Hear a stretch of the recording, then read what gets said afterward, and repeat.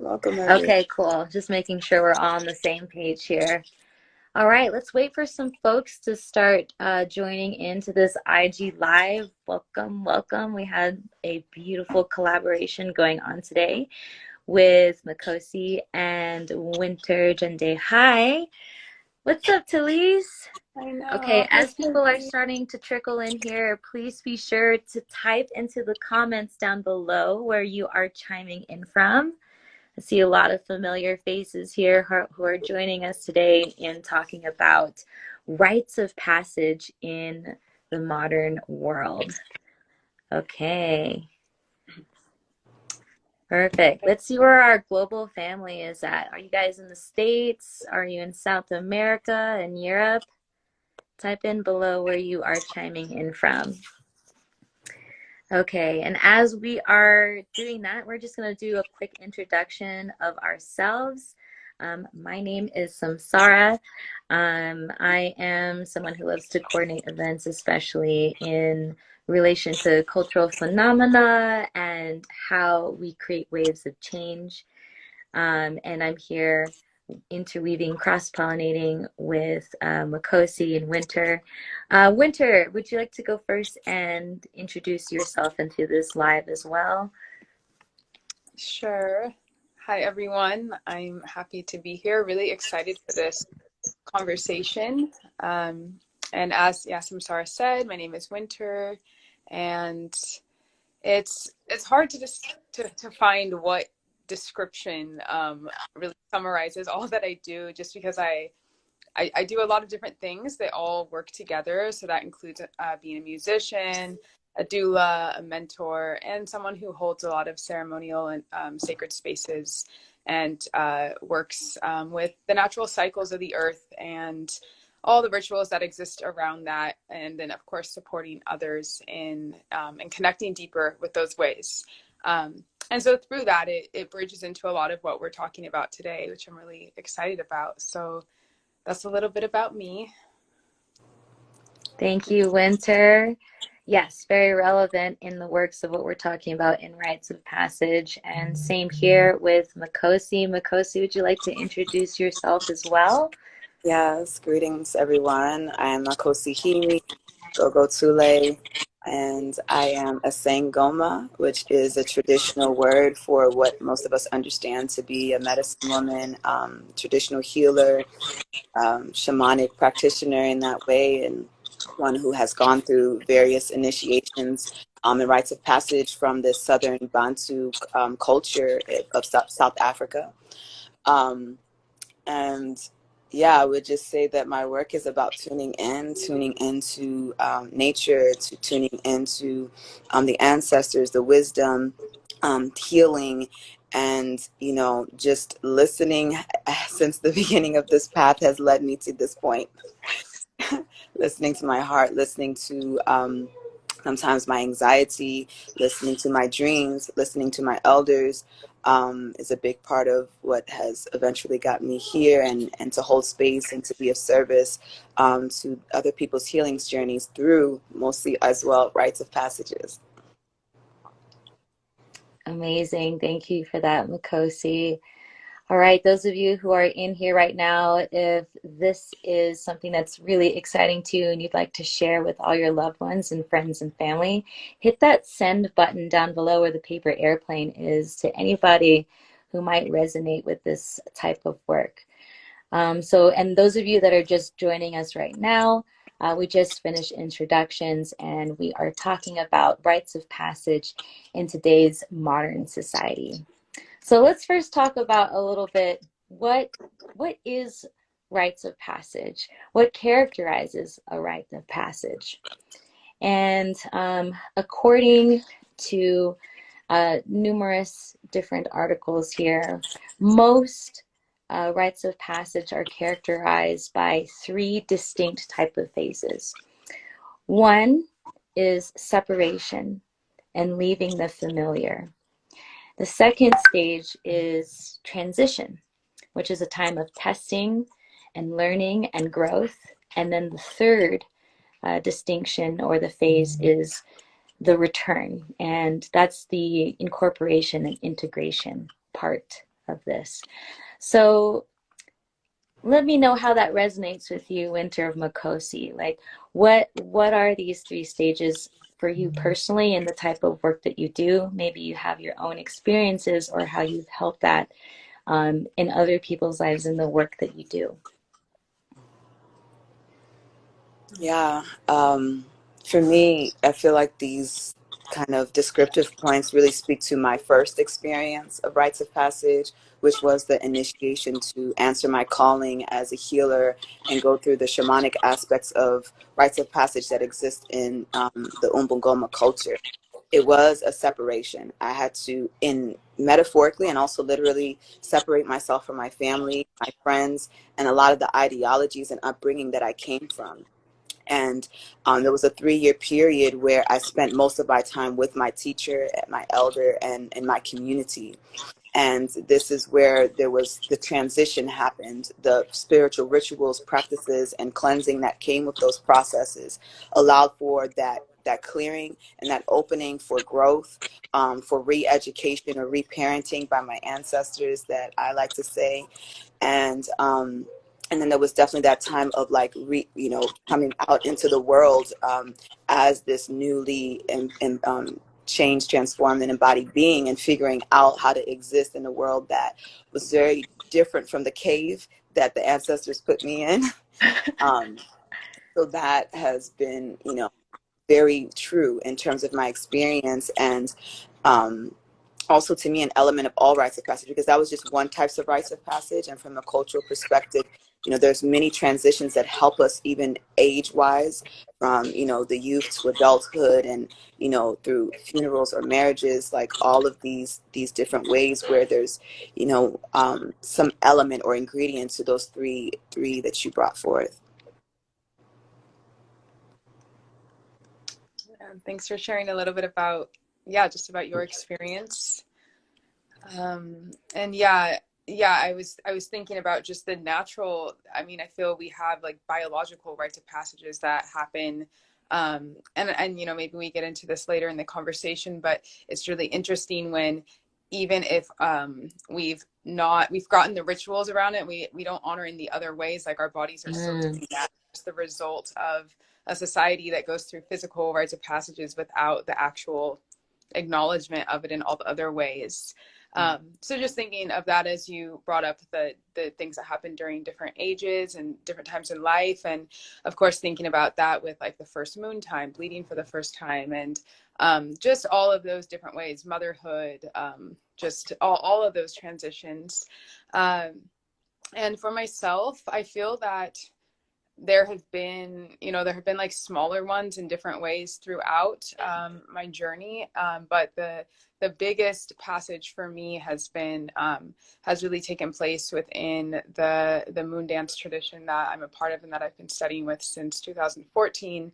And this is a tradition, or this is a ceremony that happens on the Red Road Path. Many people are familiar more so with maybe Vision Quest or Sundance, which are also these really beautiful, powerful rites of passage.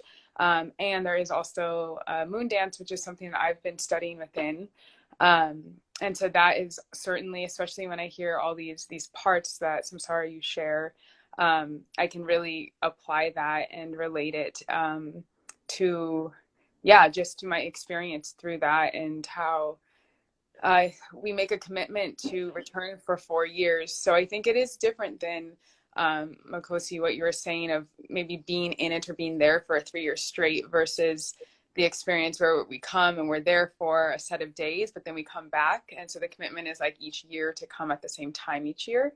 But making a 4-year commitment, and then upon that 4th year, like really moving through the initiation process and receiving a name, and just what shifts. And I know that it's easy to just hear those things as steps that you follow, and so for a while I was just following the steps, but I was so blown away when I actually reached that time to witness what was truly happening within myself and within my life and on energetic levels, when I really reached that point, and just what has opened on the other side of that passage. And it's been so necessary. And for me, that was really my passage into womanhood. So it's a little bit about my journey. Yeah.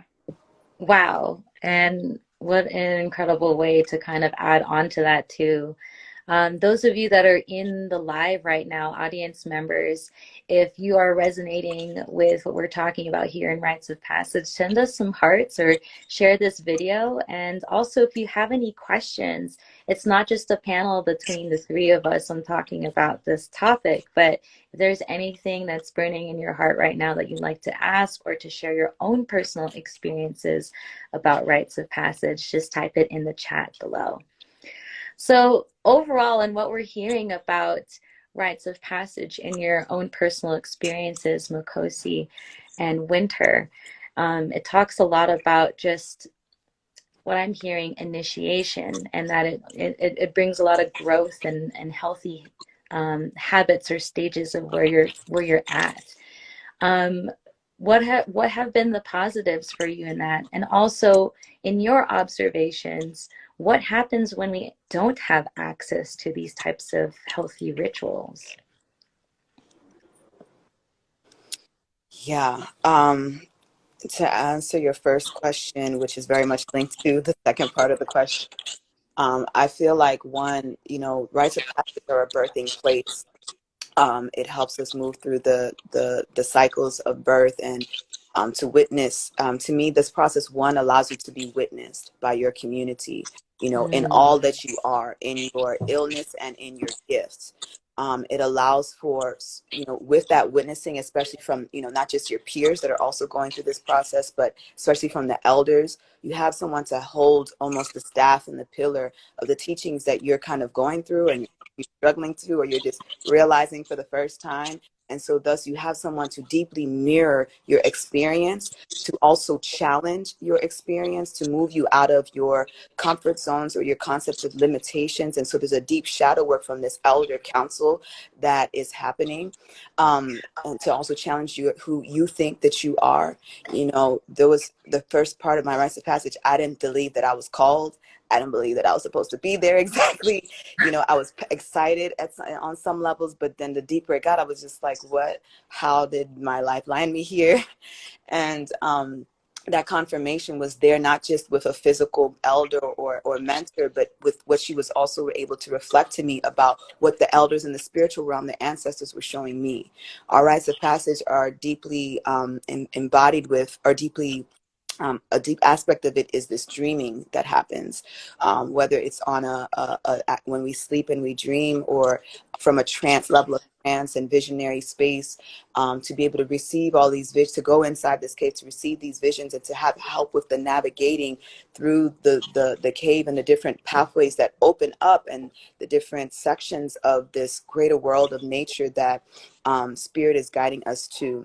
So to me, the witnessing, the anchor of ritual, right? These practices that you just do over and over and over again to witness yourself and to go in a deeper meditation in that way. Um, the reinstilling of culture, there's a lot of mm, these rites of passages would have happened again when we were younger, starting with birth, then puberty, then this, then that. And so it allows us to go back in time and to address certain things that we have missed out on as well, or didn't have the opportunity to receive in a sacred way, from our grandmothers and our grandfathers. And then there was just like, you had to, because you were kind of away from everything in a lot of ways, you just had to be in nature. And you had to find out and discover nature, for yourself, as well as with this guidance. There's so many things in nature that I didn't know about myself. How important the stream, even as simple, you're walking in the forest and there's just this tiny stream of water that's flowing along the path. And I had this whole ecstatic moment with this stream time and initiation. And it's just like also this magical playground that we get to explore.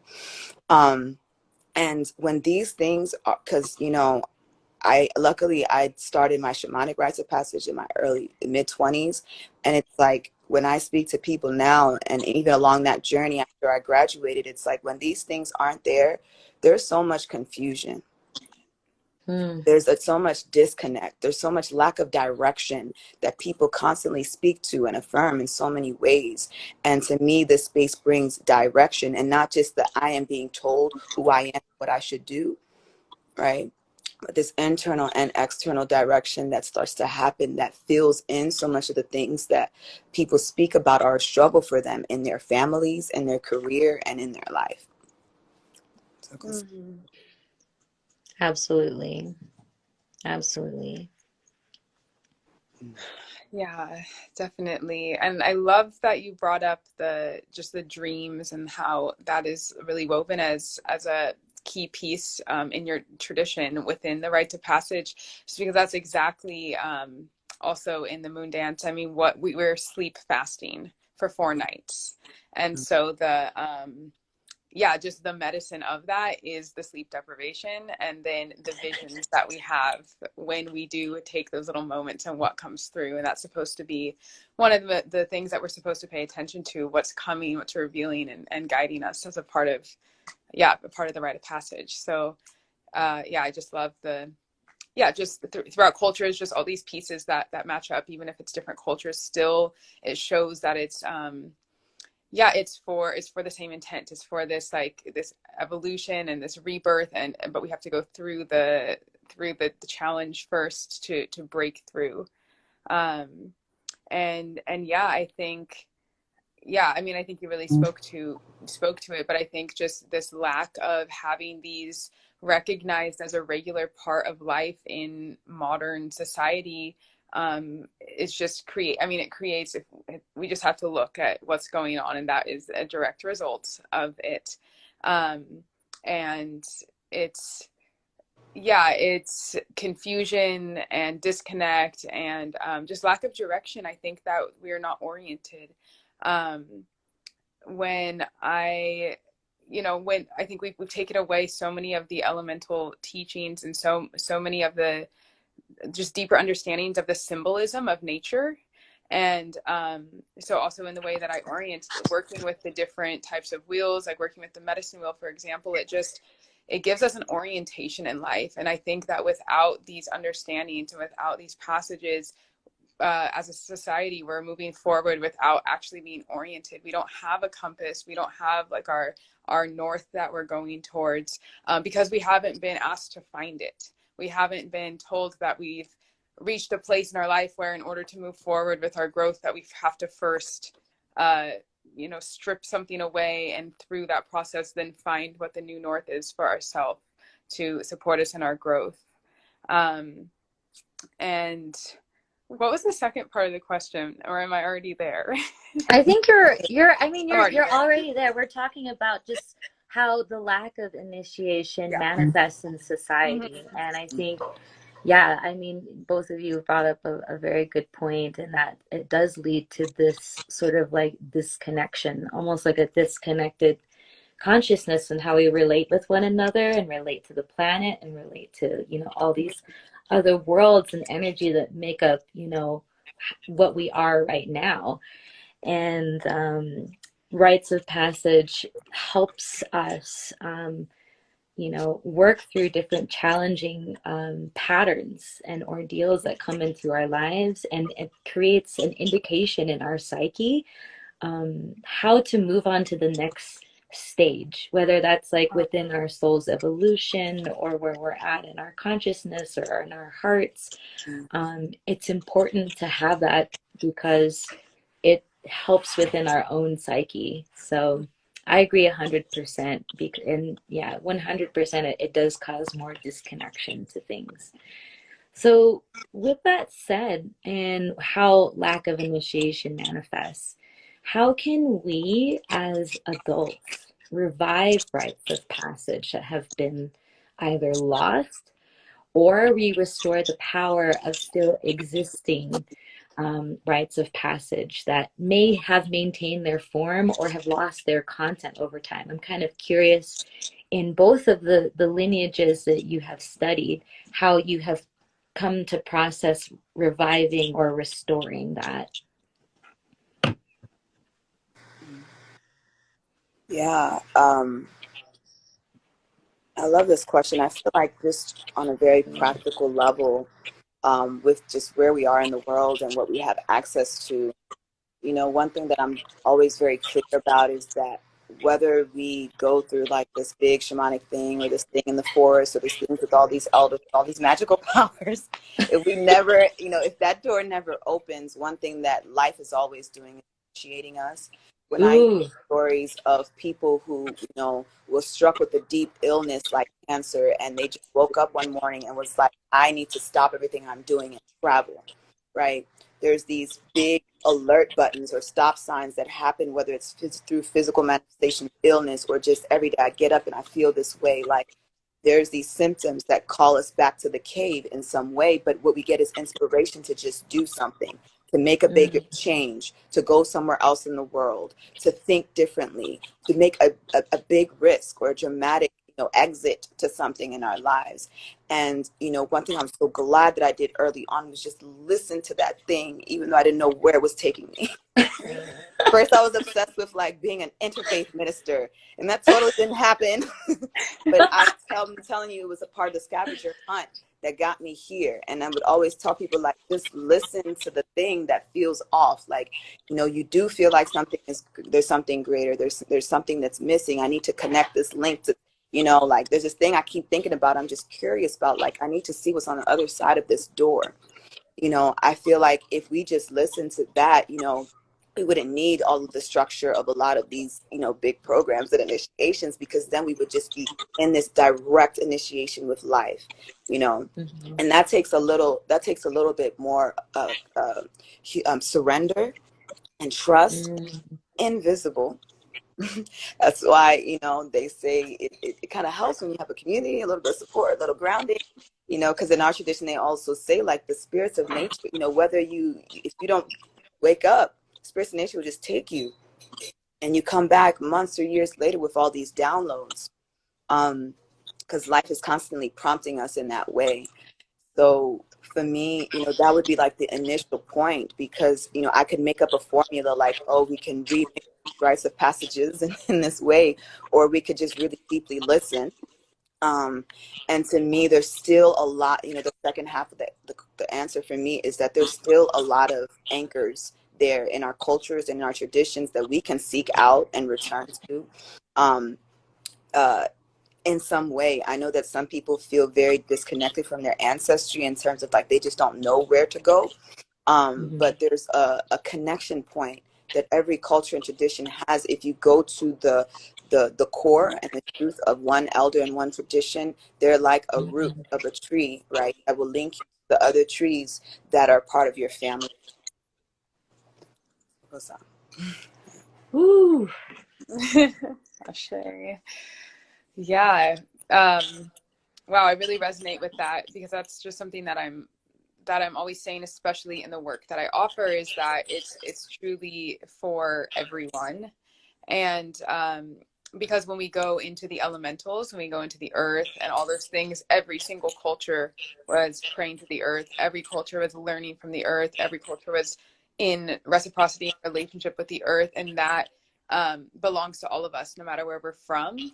And through working with the earth and the different medicines and energies of the elements, of the directions, all these things, it will reveal, because our body knows, our DNA knows what we're made out of is these things. And so if we connect with them long enough, things will open and be revealed. So yeah, I just love what you said about the roots of the tree. And I mean, that has also been my journey through this moon dance lineage. It's just opened up so much for me, where I've then been able to discover and find things about myself that are separate from that lineage, and just really deepen in my own embodiment and study of my own ancestry.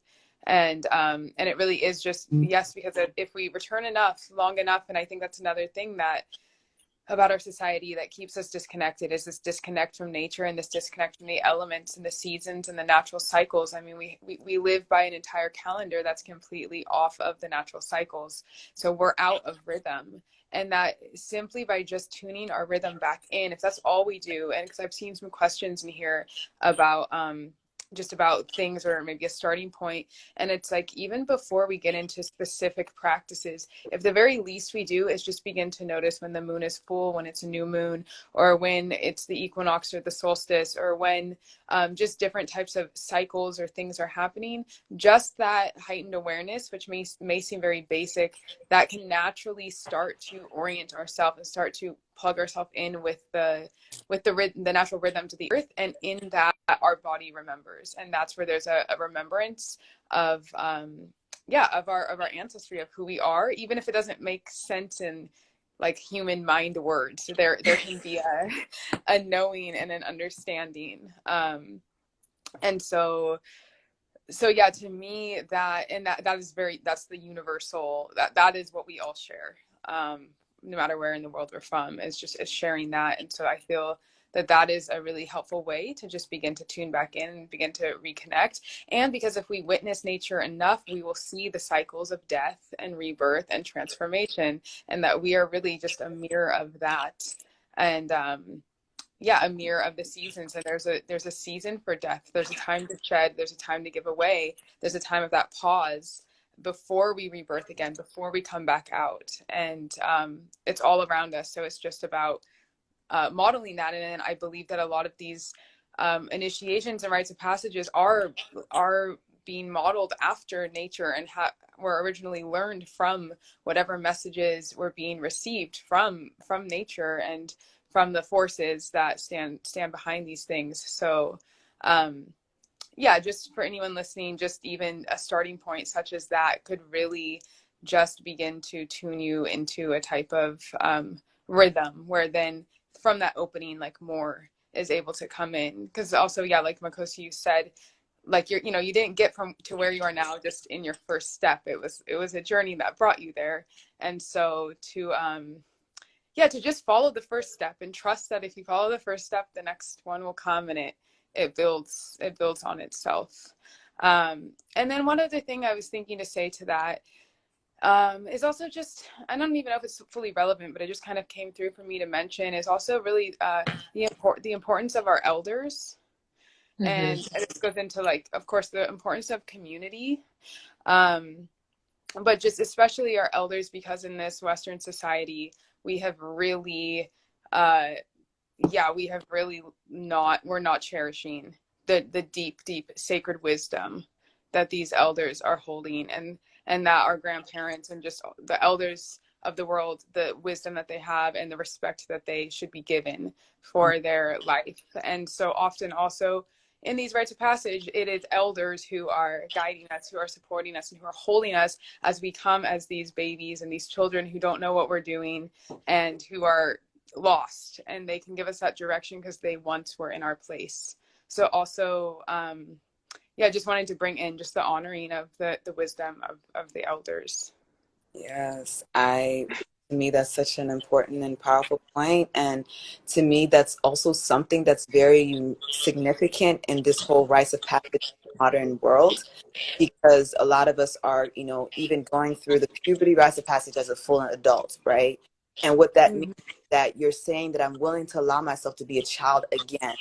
And I feel for us, especially in the modern or even the Western world, it's like to have this adult telling you, an adult, something to do or something to guide or something to challenge can be very, very challenging to the ego.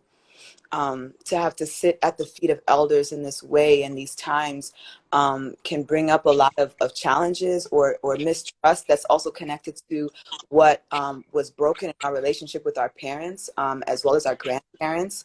It can be very triggering in that way. And so I've seen a lot of things come up around that. And then even just with the access to information, now people can go research that they're challenging our elders with all these documents and writtens against things that are orally told and understood or lived experiences. And I think that, there are many ways in which we can come to, just be aware of that, aware of this element in there, to come to our elders humbly. And even those of us, because, I think as the younger generation, for example, in whatever way that works in terms of age, it's like you do have something new to bring, right? Because I feel like we do, as young people, have something to teach our elders as they are teaching us. But Mm-hmm. there's an aspect of like, you know, Sankofa or going back in time, and that I've learned is like, am I willing to go back, review things from the perspective of my ancestors, the way that they did it, and really know what that was before I start remixing and directing and saying this is what it should be. Mm-hmm. Mm. So to me, that was a really important point, something that I've seen come up again and again for myself and others. Mm.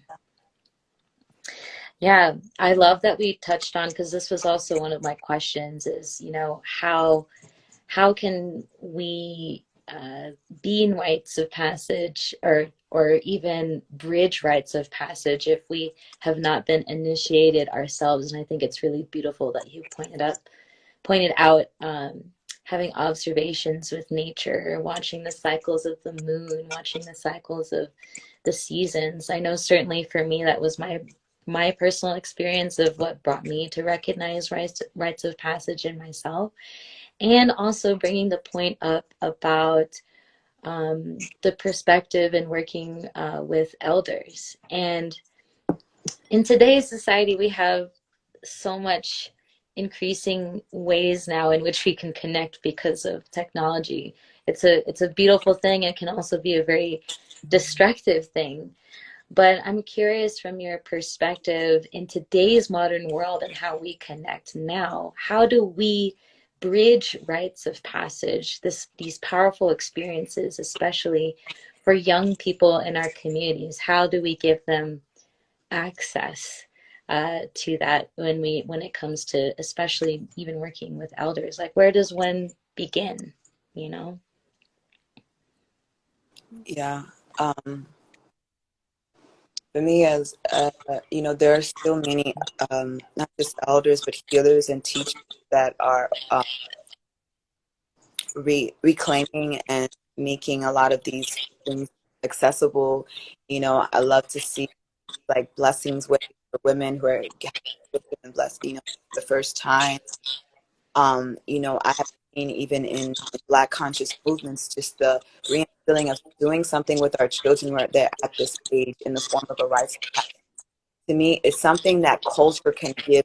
It's just about us reclaiming that space, you know, allowing it to be important to us again, and creating it, because it's something that easily exists in our family dynamic, right? For it to be important to this mother, this honor, this uncle, to like take the children aside, you know, and you know, this summer and do something different. You know, a lot of the things that happen in rites of passage are very accessible. Like we just spent time in nature, right? We're praying more together. We're looking in, going inward in these different ways. And to me, there is, you know, the aspect of the deep listening that I was speaking of. And but I still feel like there's no way to skip over the fact that like these things are held in a particular container. You know, it's hard to just kind of replace.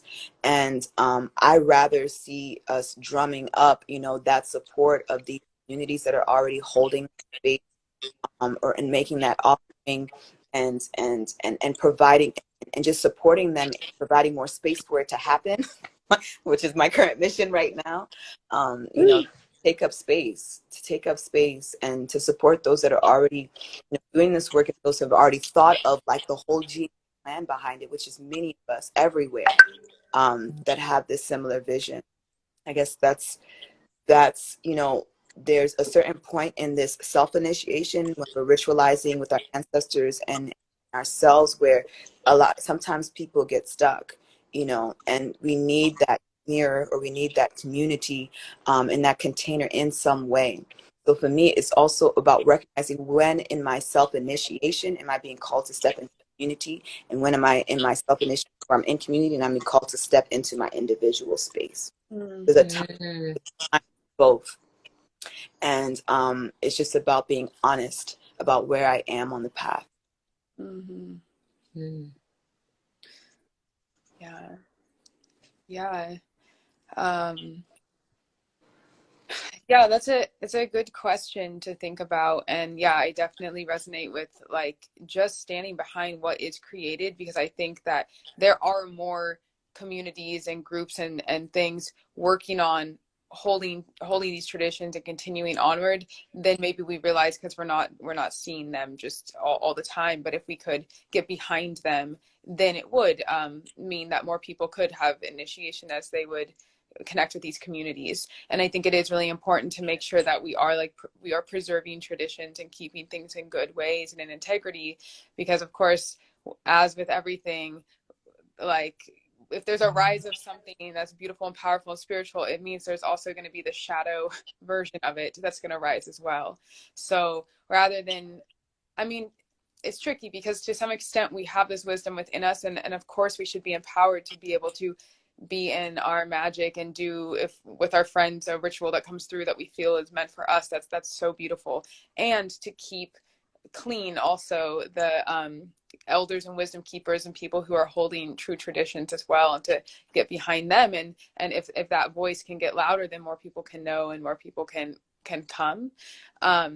So yeah, I think that's really important. And I think what comes through for me, and I think this is just also the part of myself that is a doula and is just like so interested and fascinated by just the biological aspect of just our human experience in its initiations and processes. And in this way, and because I see, to me, it's one of the most obvious that, like I said earlier in this live, that we still go through as a society, whereas there are spiritual rites of passage that are so very necessary, but I think that because I feel like they've been more erased, so people don't notice them. And so a way that we could hopefully at least bring some more awareness for the collective would be to focus on the ones that are still happening, such as like sacred moon time, or the ones to honor like puberty, or to honor conception, to honor pregnancy, to honor birth, to honor divine union, to honor death, all these different phases, or menopause, all these different phases that are already obvious and people know that they have to go through them. So how can we change the narrative to inviting people to understand these things as sacred and as very beautiful and something to be very proud of? Because right now I think they're already happening. We know where they're happening, but there's a lot of shame behind them. And at least, with maybe moon time or other things like that, there's a lot of shame. And how can we bring the sacredness back to these rites of passage that are still already happening in our modern world?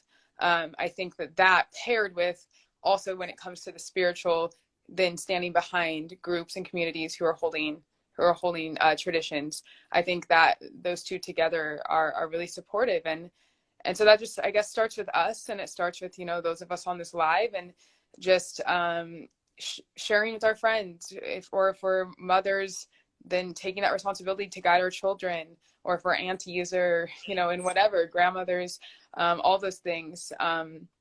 Just how can we at least begin to look out for the people around us, and to begin to see where just that little word, or like letting them read something, or just that little thing, to start to invite people back into the sacredness of life, because it's everywhere. We just have to open our eyes to it, and then we see that it's everywhere. Yes, I love that, because it just reminded me of how much, just normalizing rites of passage, these times of our lives, is like. I remember when I was going through my Saturn return. I don't even know a lot about astrology, but I was lucky enough to know about that the Saturn return existed, so that I was in my Saturn return. I didn't feel careful about how hot mess my life was at the time. Right now, I was like, I just have something that I get to hold on to, right, while the world was just like shaking me up. So, and it reminded me, like, when I started to get deeper into what rites of passage means in African cultures, it's like, one of the things that are some of our historical things that we have, access to, is that we can know about, like, what did they do when a child was born? What did they do when there's all these like fertility stories in some of our cultures, or when a woman got married, there was all these rituals, and they would put on this dress, or they would put on this particular color, there. And just knowing that these concepts are a thing kind of helps us connect to some of the signs and symbolisms that come up for us in these modern times, right? And Mm-hmm. help us navigate to just have that education around, like, when our culture, they used to address things this way, even if we don't have access to that anymore, we can some of the parallels between that ritual and what your ancestors are showing you in their dreams, because you can still have that ritual in the spiritual realm. It's just about recognizing it when it's showing up for you. Mm-hmm. um to me, it that just educational piece about just embracing more of our family stories and our culture, to understand what that the just like normalizing each point of that line of life, from the birth to the funeral rites to all of that. Because I also feel like, there's little things in our culture that we've adopted. Even when a woman, is pregnant, she can take a few weeks off of work. um and there's just more that we can be aware of that we need in our lives at these particular moments, that we don't feel so strange and guilty about having to go in this cave. Like, like we can't be productive or something's wrong with us. What, like, just dissolve all that and and normalize it, so that we can also move through these rites of passages more smoothly. Mm-hmm. Yeah. Wow. Wow. Yeah. I mean, you guys have said it so perfectly of just like we're creating the invitation of recognizing and bringing back sacredness to life. And it's just so interesting that our culture has evolved in such a way that, there is some of that that is still preserved out there, but largely a lot of us are having to catalyze and remember all of that. Like, how do we make life a prayer? How do we make, do our daily ritual? Every act of, and even every challenge, if we choose to listen, is a rite of passage. And I wanted to bring out this final question about, I think this is our greatest generational rite of passage right now, as we're talking about it, is, what is the greatest challenge that we face in modern day society in, creating creating rites of passage? And what are you doing in your own personal work and impact of bringing adults and those of other generations, future generations to come into that? Yeah, for me, it's very direct. you know um just a couple of years ago, I mean, I was told that I was going to be a part of supporting rites of passages very early in my process, and I was just like, no. But body through what I just went through. That was hard. But there was like constant in the spirit realm and from elders, and finally just kind of surrendered to, like, taking people in that way, to just be an open point, access point for people to go through the rites of passages, in ways that I went through it, by allowing myself to be a Gobella and a spiritual teacher and mother. Um, and so just accepting students and, going through the ritual and being by their side for most of the entire part of it. Even in these modern times where some people are at a distance, and also some people are able to connect in person.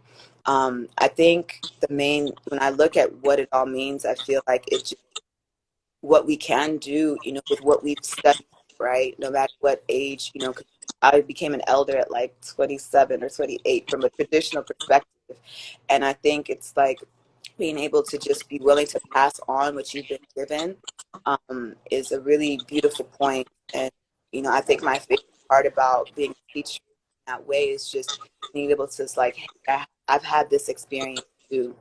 And I was able to do it. I think sometimes rites of passages feel very scary for some people because their senses also just open up in a really deep way, where they need that support of rites of passage to usher them through. And being able to just be a mirror and say, like, I've been through it, I've made it on the other side, like, we can do this. I feel like is the most beautiful part of the role that I can play, and one that I play in every day at this moment. Um, and also just to be able to point people in the right direction is really beautiful. So that is my current work, and how I hold space for people is through shamanic rites of passages from this Bantu Umbungoma perspective of the Southern traditions. There's different levels of that, as you can say, but the most important level is like that first level, which we also call the red phase. And it's really just anchoring everyone in the earth. Like, we all came here, we all have a birthright. No matter what type of human you are, there are certain things that we all need to be rooted in order to walk on the earth more successfully. Um, yeah. And to just listen to the call that was already there at the beginning. Beautiful. Yeah. Yeah. Well, I'm having this funny experience because I feel like I'm experiencing like in a small way what we're talking about. Just Makhosi, when you brought up the Saturn return thing, because I'm like deep in it. And I was laughing. I was like, wow, because I'm so clear right now, like just with like how long it's been lasting, like just this state of just what feels like constant challenge, even if like things are okay, but there's something. So I've been very aware of like, okay, I'm in a rite of passage. So I was kind of laughing about doing live, and then like how you brought it up, and then you know, you were also talking about how when somebody who has already been through that can like kind of assure you, and I'm just like, wow, okay, well, just you mentioning that for me right now, it was like assurance of, okay, it's supposed to be like this. It will pass. So yeah, thank you for that one. Yeah, it's beautiful, but yeah, of course, and I also do resonate with just stepping into roles that maybe traditionally weren't done, like things that maybe elders were doing that like now with the way preserving tradition and work goes, being just being in my 20s, and like what just the kind of the roles I was playing, or just things that were already happening for me, and it was just like it just there were times where I was like, wow, I lost some of these years, of these carefree years that a lot of people get to have, because somehow I like connected with this calling, and it just, you know, like I couldn't ignore it. And so that's beautiful, but also there's a weight to it because it's a serious commitment. And it's beautiful, and I'm so grateful, of course. And it is so beautiful to then be able to show up for people in a way that maybe I would have wanted, for myself. I feel that my path, I really was alone, and there was some guidance, but I feel mostly it was me kind of on my own without peers, really seeking things out. And as I found things, I then created the friendships that I have. Like I kind of went and retrieved something, and then came back, and like then found the family and the community and the friends, and it was really beautiful. But a lot of it was kind of alone. I was always like one of the youngest people in the group, and and so now, like with what I offer, is really trying to be that presence that I would have loved to have at that time in my journey, to be able to be there to really affirm others in what is coming through for them, and that there's nothing random, and to like really begin to track what is revealing itself, and to allow that to be a mirror of self-discovery, and to really follow the journey and what's coming through. And then the work that that I offer, like I have a mentorship program, and there's just other offerings I do, but it's all about what I've spoke about in this life, but reconnecting with nature, reconnecting with the cycles, orienting ourselves, and then tuning in and using the power of the earth to infuse the prayers and intentions we have for our life, so we can actually create changes that we can really see, and that it is but all in rhythm with the earth. And so through that, naturally rites of passage happen. It's really beautiful to support people and watch as they do that, how all of a sudden some kind of healing in the family happens, or all of a sudden like some piece just happens. And maybe before they wouldn't see a connection or think that there was a connection. And so I love being able to be there to really affirm that, yes, this is happening for a reason. This is a reflection of the work you're doing on yourself. And this is the momentum that you're building as you are moving through these passages and these initiations. There's going to be a lot of death. I always say, like, people are going to shed from your life. For me, that's one of the, like, number one, like, keys or like side effects I feel of a serious passage is there's a lot of shedding, there's a lot of death, and a lot of times that happens with relationships of all kinds. But it's making space so that when you're on the other side, there's space for that new aligned energy and friendships and connections to happen. And so yeah, overall, and through what I offer and just who I am as a person, I just appreciate being able to be that for others, as I reflect on myself at those times in my life and what I would have needed and still continue to need. And that's why I have also my sisters, my big sisters, my elders, and all of that. So yeah, I think just support. And I think that brings us back to how we all used to live, our ancestors used to live, was in community. And then the support was naturally there. So again, just we've really evolved away from utilizing the strength of community and being very individual and needing to do everything on our own, but it makes it a lot harder. It makes it harder to learn to lean into support. And so also just to like reclaim that it's okay to lean on others and have them help us also through hard times, and to just help give us that guidance to assure us that we're just in a passage, and there, like, it's always moving, it's always constant, we're never just stuck in it, it's always moving. So yeah. Yes.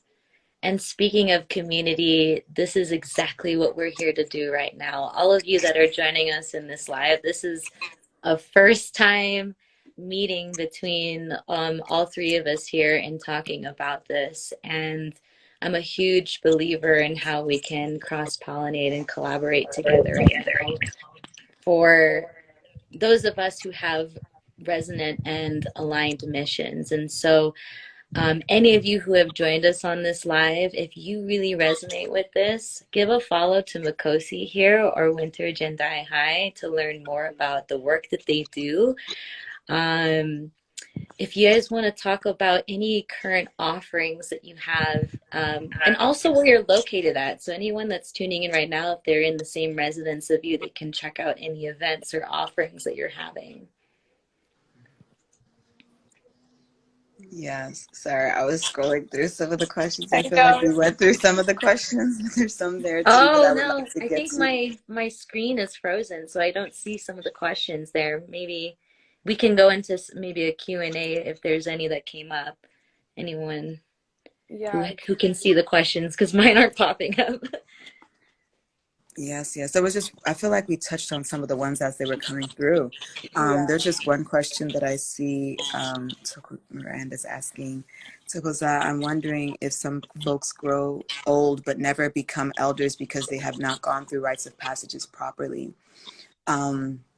Yeah, I feel like that's something that a lot of people at least name and witness a lot in their family dynamics.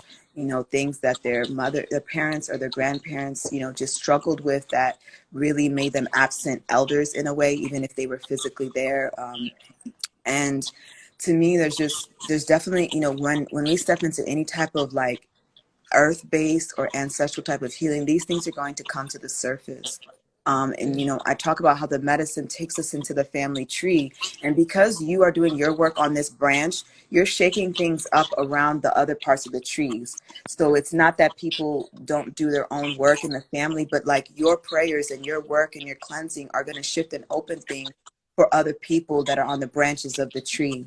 And whether or not they have the opportunity to go through full rites of passages. To me, there's something about every elder, every age, that goes through the life part of initiation.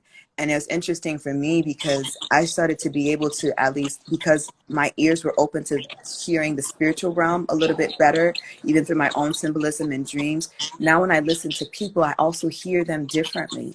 You know, I can tell when my ancestors are speaking through me to my mother, and the thing that she's annoyingly like keep repeating saying to me about, or even this young child and the way that they're behaving, the things that they're saying, like I can hear my ancestors in them, or I can hear the elder within them beyond their age. And I think if we can just open up our senses and open up our minds to also really hear them, because you don't have to be like this super magical alchemist master of a being to be an elder to another person, right? And there's a reason why, like, somehow your mother's always right even when it seems like she's off. It's like something about what she said was like ended up being correct, and you're just like, dang, ancestors humble me again. Right. And I know some people's dynamics are harsher, you know, and, you know, when I feel like when an elder is also holding, you know, a wound in the family, they're also an elder to us in a different way, because they're the diagnostic tool, right? They're telling you the whole story of the wound through the way that they're living their lives and what the trauma has done to the family. And so we can track that backwards, right? They're giving you a clue as well. And at least that's like a little seed that I'll plant into that question. It's like there's something there that we can all learn and grow from. I better be seeing some hearts down here at the I bottom. know. There's like so much coming through. Just like, wow. I feel like my ancestors are talking through you right now. Wow. Oh, good. Yeah, you know, I think also that we a lot of times, like, maybe if we have an idea of someone who's older, and but we don't feel like this question said, like we're questioning, is this person really have that wisdom of an elder if they haven't gone through initiation? What I've noticed is that if when we give them the respect of an elder and we ask their opinion on something with that respect, what comes out ends up being just such a beautiful, like a prayer that they're sharing. Yet if they're not given that space, maybe we never get to hear that part of them be expressed. I had an experience like this recently. Asking my mother to make a prayer in my sweat lodge. And it was her first sweat lodge. It was like new, but it was the round where we have our elders speak, and I wanted her to make a prayer. And the way that she shared, it was different than just other times asking a question. And it really and not that I think that she is one of these people who's not an elder. Of course I think she is, but it just showed me it just showed me like, wow, I think if the way we address them as well, we might find and touch into those parts of themselves that maybe they'll never express if they never think anyone wants to hear, or they don't even know that they have it in them until they're invited to bring that wisdom forward as well. So I think it's also that. So that's a way that maybe us as younger people can just become more conscious of how we are speaking to our elders, so that we can invite that part out. Because yes, there may be the wounding, all the stuff. And if we still maybe ask in a certain way, we might be really surprised to get something else, because they can both exist together, even if one is hidden. Yes. Absolutely. Absolutely. Were there any other questions that were in the comments? Because they're still not popping up for me on my end. Let me see.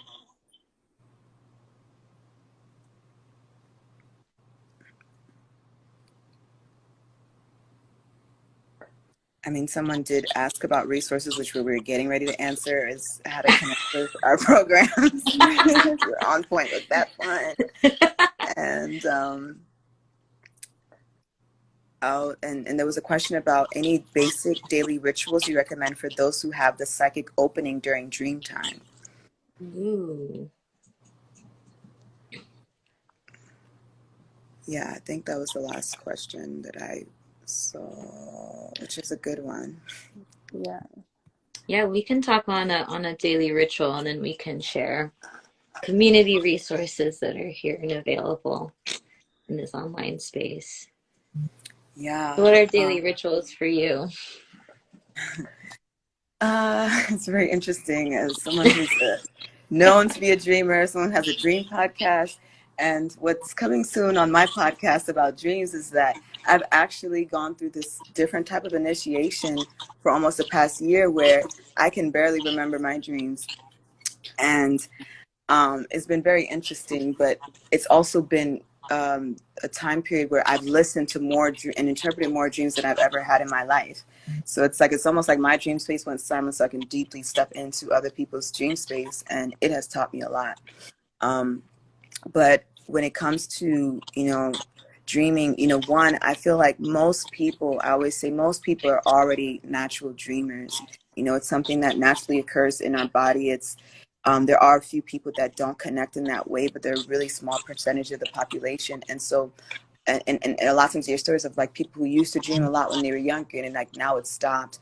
And a lot of times there's somewhere in our creativity and our innocence that has slowed down the imagination, right? Because when life is super rigid and like the same every single day, you're only working and only using this side of your brain for all this analytical, logical stuff.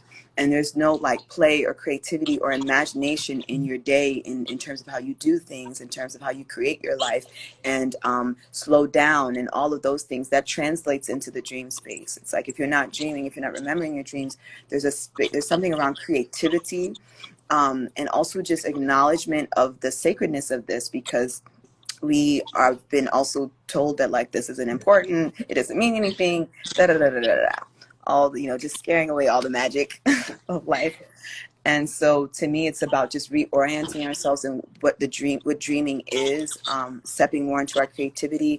And that can be done through simple rituals of like just acknowledging that our dreams are important by recording them, making that a part of our journaling exercises. From a traditional perspective, the recording happened a lot in just reciting, waking up in the morning and sharing your dreams with people that are close and loved ones, and having that community aspect of dreaming. Myself and my community, it's like when we step into our dream circle where everyone shares their dream, there's just like a whole nother level of connections and wires that cross, because we're also dreaming similar dreams and seeing ourselves and one another in dreams just through our experience. So those are kind of two really simple ways that, in the midst of many practices, that we can start to just be in open conversation. And even if there's not this particular group or community that's there, it's like you can wake up in the morning from a dream that made absolutely no sense and be in communication at your altar with your ancestors, retelling the dream, right?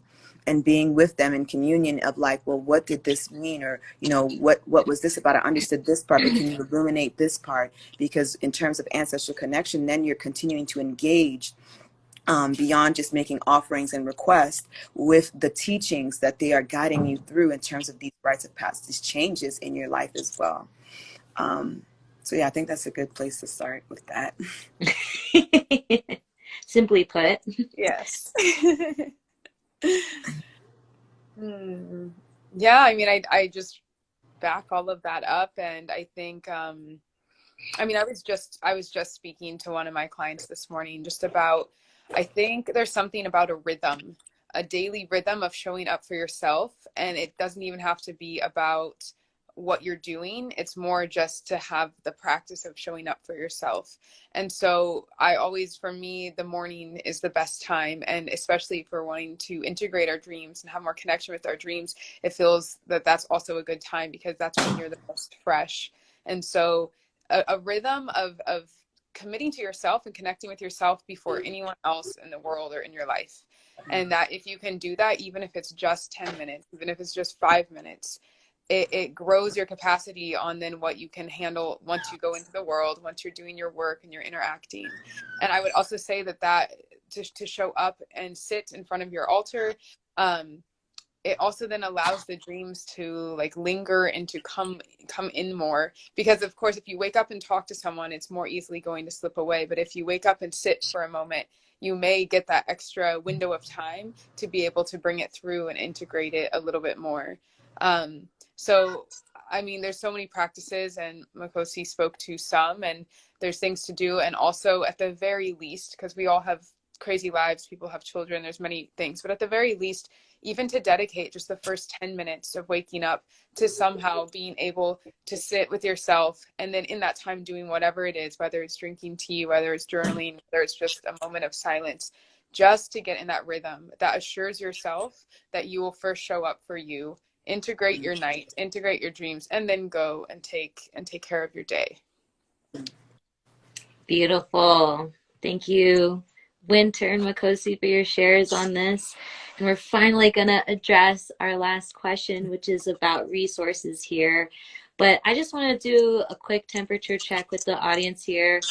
How are you guys liking this content? If you're loving it, please write an emoji down below if you'd love another collaboration like this, and maybe we can formulate another way in which we can either continue this thread of discussion or come up with some more new themes and topics, because I really enjoyed this conversation and love to see where all of you are at. So type in an emoji down below if you're super resonating with this, or share the video. And with that said, let's just talk about what are the community resources that you offer, any services that you have in your areas, and where are you located at? Yes, I have two homes online, sacredliberation.com, as well as our community page, the MakhosiFoundation.org, which are links inside of my Instagram bio. And through these vehicles, I hold space for rites of passages. We have programs that are available for the community to step into. It really starts with a conversation. Excuse me.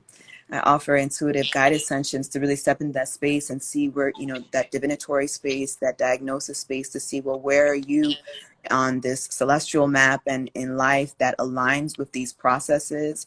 From our tradition, it's like the call comes in different ways to heal, and there's confirmations to affirm that. And we do that through consultation and guidance and divination. And so that's a space that I'm always holding as well, and as well as these programs and workshops and lectures and song circles and events that happen along the way. But those are the main ways to connect with those programs, and the web that unfolds from there. Beautiful. Yes. So I am based in Northern California, although currently my in-person offerings are a little bit more sporadic. And what's really consistent and flowing is everything that I do virtually. Instagram is a great way to just stay up to date, and definitely a place where I'm putting all of my offerings and work. And then the link in my bio will redirect you to all the really important links, such as my website, which is truly the altar, which holds all of my work, all of my offerings. And then the link will also have, just different options for more specific things. So that's all through Instagram. Right now, my biggest program is the one-to-one mentorship program, which is definitely a deep dive and a really committed container, but it's a really beautiful experience for 6 months that allows us to work together very closely. And we go through the entire medicine wheel. We go through all the elementals. It's seasonal wisdom. It's really bridging in so many systems of study, but all the common link is the earth-based tradition. And so if you go to my website, you'll find the mentorship program, and there's a whole breakdown of the curriculum. But I always say it's like half a school, which is to really learn all these teachings and to receive them and understand them. And the other half is that individualized guidance. So it's not just a intellectual process of learning these things, but it's also how then you put them into practice, integrate them into your being. So it's an understanding of how to walk oriented in your life. And from that, the healing and the shifts and changes and transformation that can take place. So that's definitely where my heart really is right now in my work of supporting people. And that's virtual, so it's available for everyone.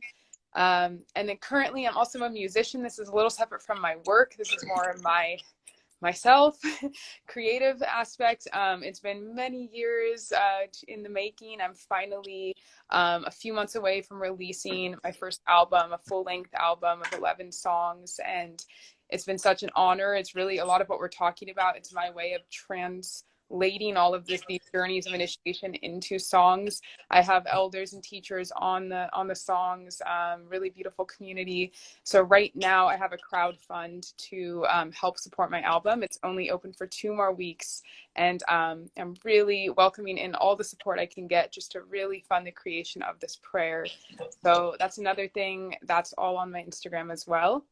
And then there's tons of other offerings in terms of like one-time sessions or just different ceremonial offerings. All of that is on my website, so you'll find that there. So beautiful. Thank you both for your shares. Wow. And I will speak on behalf of the world that I've been in with Makhosi and in Winter. I'm actually currently in Winter's one-on-one mentorship program, and I highly, highly recommend it if you're looking for an anchor and a space to ground in working with this Red Road tradition and the medicine wheel. It's so much more different when you're working on a one-on-one basis that's like really checking in currently in your state of rite of passage right now. And with Makhosi, I've been listening to her podcast for a couple of months right now, actually ever since I've been initiated in moon dance with Winter. The name of her podcast is called Ancestral Dreams, Symbols, and Omens. You can find it on Spotify and I think on across most networks, I think on SoundCloud too, but mainly Spotify. I know a lot of people are Spotify users are on here. So check it out. And I know Makhosi had just started a new nonprofit as well and has been doing some beautiful offerings recently in event spaces in the work that you're currently doing. So check it out. I think all of us were on this current live right now. There was a lot of people that joined us earlier because we see a very similar vision and a very similar a way in which we're looking at rite of passage right now. And I think that energy in which what we're doing right now in collaboration is synergy. And it's so important for us to, again, share the resources, the offerings, this sort of like united liberation that we're going through right now in this current narrative. So once again, thank you everybody for joining us in this IG Live. And if all of you have found resonance in this, once again, if you're just joining, watch the replay, share the replay. It'll be posted shortly in Makhosi or Winter's profile. But thank you everybody. I saw a lot of comments here, emojis for those that want to do another topic. We'll figure out what that is next. But yeah. Until next time, thank you, everybody. Thank you. Thank you, everyone. All right.